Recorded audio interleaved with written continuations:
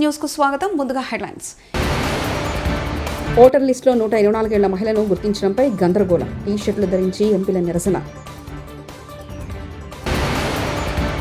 చంద్రబాబు ప్రజాస్వామ్యాన్ని కుని చేశారు అంబటి.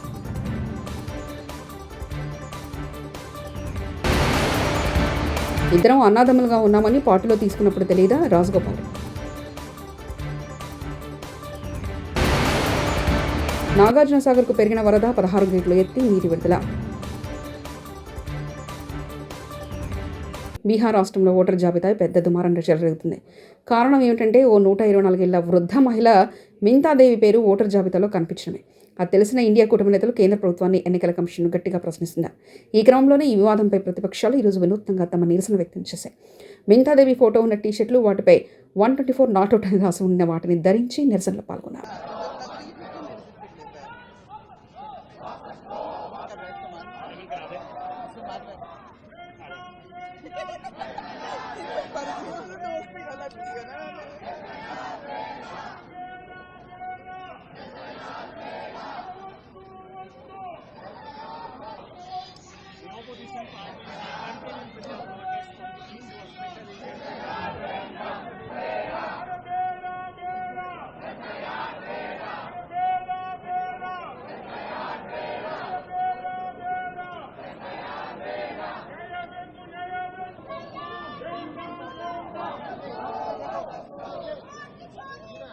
రేవంత్ రెడ్డిపై మరోసారి రెచ్చిపోయిన కోమటిరెడ్డి రాజగోపాల్ రెడ్డి రేవంత్ రెడ్డి ముఖ్యమంత్రిని చేశారు. మహబూబ్ నగర్కు ముఖ్యమంత్రిని ఇచ్చారు. ఖమ్మం జిల్లాలో 9 మంది ఎమ్మెల్యేలకు 3 మంత్రులున్నారు. 11 మంది ఎమ్మెల్యేలు ఉన్న నల్గొండ జిల్లాకు 3 మంత్రులు ఉంటే తప్పేంటి? సమీకరణలు కుదరడం లేదు అంటున్నారు. ఎందుకు కుదరడం లేదు? ఎవరు పుల్ల పెడుతున్నారు? నన్ను పార్టీలో తీసుకున్నప్పుడు తెలియదా మేమిద్దరం అన్నాదమ్ములం ఉన్నామని? పార్లమెంట్ ఎన్నికల సమయంలో రెండోసారి ప్రామిస్ చేసినప్పుడు తెలియదా మేమిద్దరం అన్నాదమ్ములం ఉన్నామని? ఇద్దరం అన్నాదమ్ములం సమర్థనమే కదా, గట్టోలమే కదా, ఇద్దరు మంత్రులైతే తప్పేంటి అంటూ వ్యాఖ్యానించారు. ఒడ్డు దాటినాక ఓడమల్ల కొడుదానంగా బోడమల్ల అన్నట్టుంది. ఇప్పుడు సమీకరణం కుదురుతలేమని మన బట్టి విక్రమార్క గారు అంటుంది. ఏం కుదురుతలేవు? 9 మంది ఎమ్మెల్యేలు ఉన్న ఖమ్మం జిల్లాలో 3 మంత్రులు ఉన్నారు. ఎంతమంది ఉన్నారు? 11 మంది ఎమ్మెల్యేలు ఉన్నా నల్గొండకు 3 ఉన్నారు. తప్ప మహబూబ్ నగర్కు ముఖ్యమంత్రి ఇచ్చినాం కదా మనం. రేవంత్ రెడ్డికి ముఖ్యమంత్రి ఇచ్చినప్పుడు ఇద్దరన్న మీద తప్పేంది? ఇదే నమ్మడం లేవాలన్నా తక్కువ ఇద్దరికిద్దరే గట్టలమే ఇద్దరం. నేనేమంటున్నా, పదవి ఎవరికి ఎప్పుడు ఇవ్వాలని కాంగ్రెస్ పార్టీ అధిష్టానం నిర్ణయం తీసుకుంటుంది. ఆలస్యమైనా సరే నేను ఓపిక పడుతున్నా. పదవుల కోసం పాపులాడే వ్యక్తిని కాను. క్షుద్ర పూజల గురించి మాట్లాడిన వాళ్ళు మంత్రివర్గంలో కాదు, జైల్లో ఉండాలి. మంత్రి స్థాయిలో ఉండే క్షుద్ర పూజలను నమ్మేలా మాట్లాడడం నేరమని కోమటిరెడ్డికి తెలియదా అంటూ జగదీష్ రెడ్డి వ్యాఖ్యానించారు. అవి ఉన్నాయి అని చెప్పి ప్రచారం చేసినా అది నేరం. ఒక మంత్రి స్థాయిలో ఉండి క్షుద్ర పూజలు ఉన్నాయని చెప్పడం, ప్రజల్ని నమ్మించే పని చేసిన కోమటిరెడ్డి వెంకటరెడ్డి కూడా నేరస్తుడే. ఆయన పైన చట్టరీత్యా చర్యలు తీసుకోవాలి. ఆయనకు మంత్రివర్గంలో ఉండే అర్హత కూడా లేదు. ఇటువంటి క్షుద్ర పూజల్ని నమ్మేవాళ్ళు, ప్రచారం చేసేవాళ్ళు, ప్రజల్లో అపోహలు కల్పించే వాళ్లకు తప్పకుండా వీళ్ళు ఉండాల్సింది జైల్లో తప్ప మంత్రివర్గంలో కాదు. ఆయన ఉండాల్సింది జైల్లో తప్ప మంత్రివర్గంలో కాదు. మీ ఇంట్లో కూడా ఆచరించడానికి లేదు క్షుద్ర పూజల్ని. ఎవరింట్లో వాళ్ళు కూడా ఆచరించడానికి వీలు లేదు. అవి లేని మహిమలు ఉన్నాయి అని చెప్పి ప్రచారం చేసే హక్కు ఎవరికి కూడా లేదు. అది సమాజంలో ఒక చెడు పొగడల్ని తీసుకొచ్చే సాంప్రదాయం. అది గతంలో మనం చూసినాం. మనం నెల 2 నెలలకు ఒక వార్తనే వినేది గతంలో. ఈ క్షుద్ర పూజలు చేసిరన్న వాళ్ళను ఊరంతా కలిసి చంపేసిరని రకరకాలుగా. మరి కోమటిరెడ్డి వెంకటరెడ్డి కూడా ఇవాళ అటువంటి జరిగినాయి అని తెలిస్తే మంత్రిగా అదేందో బయట పెట్టడం నీ బాధ్యత. లేదు అవి ఉన్నాయి, దానివల్లనే అక్కడేదో జరిగింది అని కనుక నువ్వు చెప్పింది ఏదైతుందో ఇది పూర్తిగా శిక్షార్హమైన నేరము.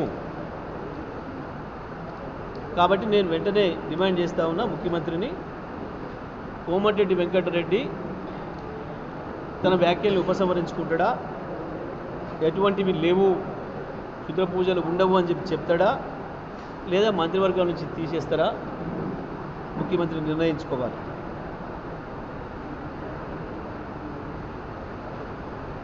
నాగార్జునసాగర్ జలాశయానికి వరద ప్రవాహం పెరిగింది. దీంతో అధికారులు 16 క్రస్ట్ గేట్లను 5 అడుగుల మేర తెరిచి నీటిని దిగువకు వదులుతున్నారు. ఈ ప్రాజెక్టు 1,77,173 క్యూసెక్ల వరద రావడంతో స్పిల్వే ద్వారా 1,28,768 క్యూసెక్ల నీటిని విడుదల చేస్తున్నారు. సాగర్ ప్రస్తుత నీటి మట్టం 589 అడుగులుగా ఉంది.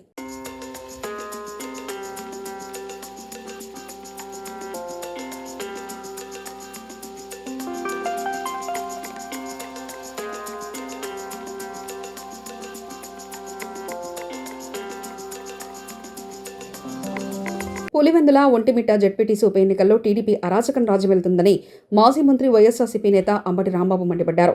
వైఎస్ఆర్సీపీ ఏజెంట్లు, ఓటర్లు బూత్ల వద్దకు వెళ్లకుండా అడ్డుకున్నారు.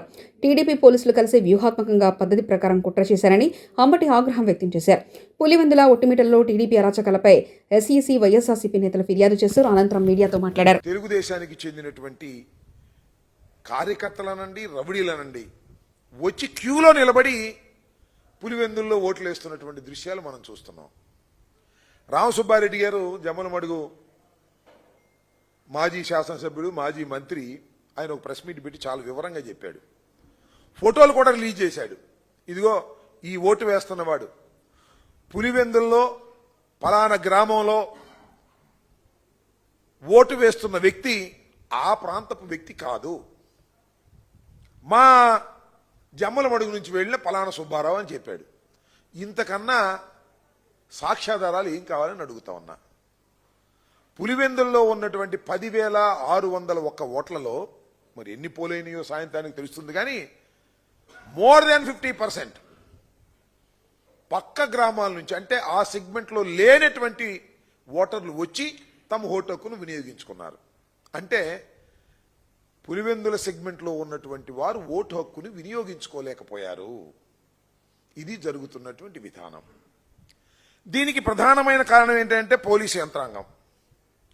పోలీసు యంత్రాంగం ఏం చేస్తున్నారంటే వైసీపీకి సంబంధించినటువంటి నాయకులు ఎవరిని కూడా బూతుల దగ్గరికి వెళ్ళకోకుండా చేసేటటువంటి కార్యక్రమం, ఇంక్లూడింగ్ జడ్పీటీసీగా పోటీ చేస్తున్నటువంటి పులివెందుల అభ్యర్థిని కూడా తిరిగే ప్రశ్న లేదు.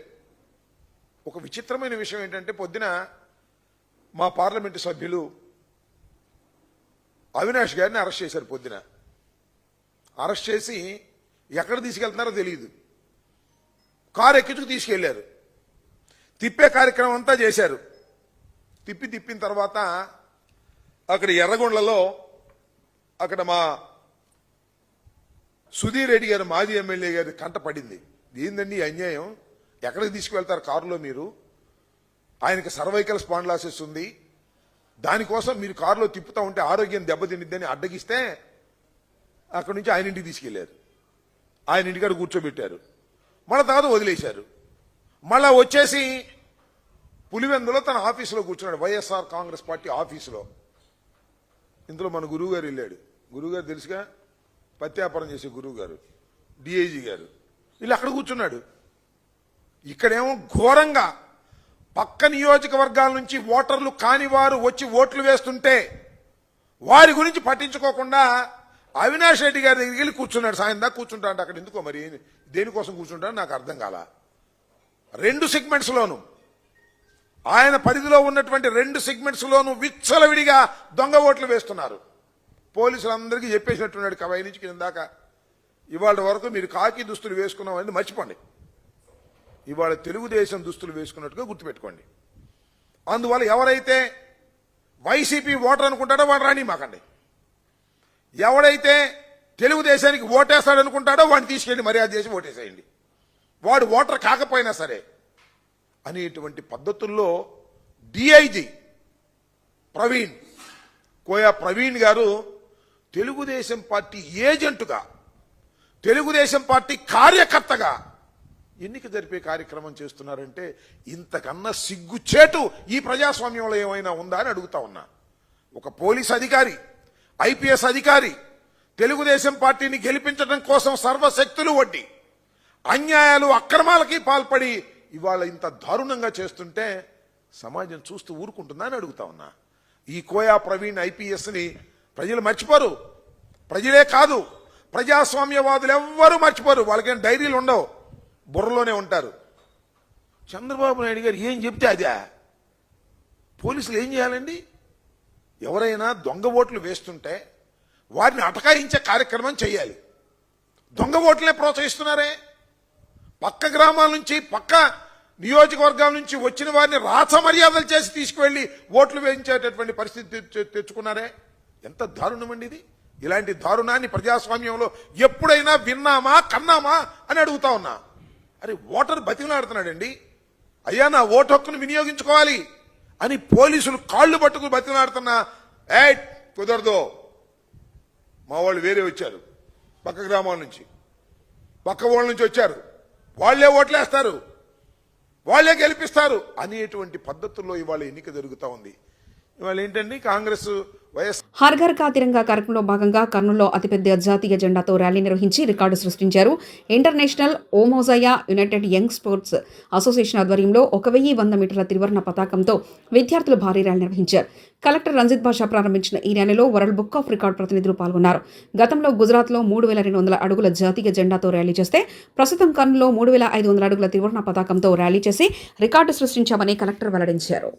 ఫీట్ అంటే 1100 మీటర్ల జెండాని ఈరోజు మనం ఇక్కడ చేయబోతున్నాం. సో దిస్ ఈజ్ ఒక రికార్డ్ క్రియేట్ చేయబోతున్నాం ఈరోజు. సో ఈ సందర్భంగా కర్నూలు ప్రజలకి, ఎస్పెషల్లీ ఎన్జిఓకి కూడా, అందరికీ కూడా మరొకసారి విజ్ఞప్తి ఏంటంటే, August 15 దాకా మనం కార్యక్రమం నడుపుతున్నాం. ప్రతి ఇంటి మీద కూడా జెండా ఎగరాలి హరిత తిరంగ భాగంలో.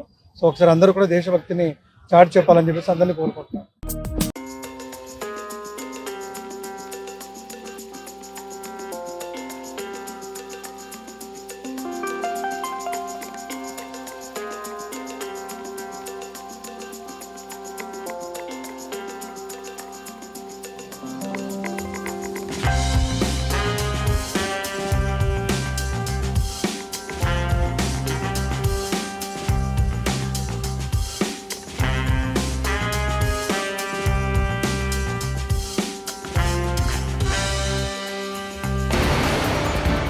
ఓటర్ లిస్టులో 124 ఏళ్ల మహిళను గుర్తించడంపై గందరగోళం. టీ షర్ట్లు ధరించి ఎంపీల నిరసన.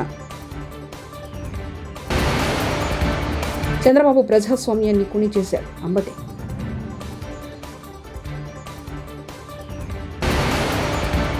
ఇద్దరం అన్నాదమ్ములుగా ఉన్నామని పార్టీలో తీసుకున్నప్పుడు తెలియదా? రాజగోపాల్.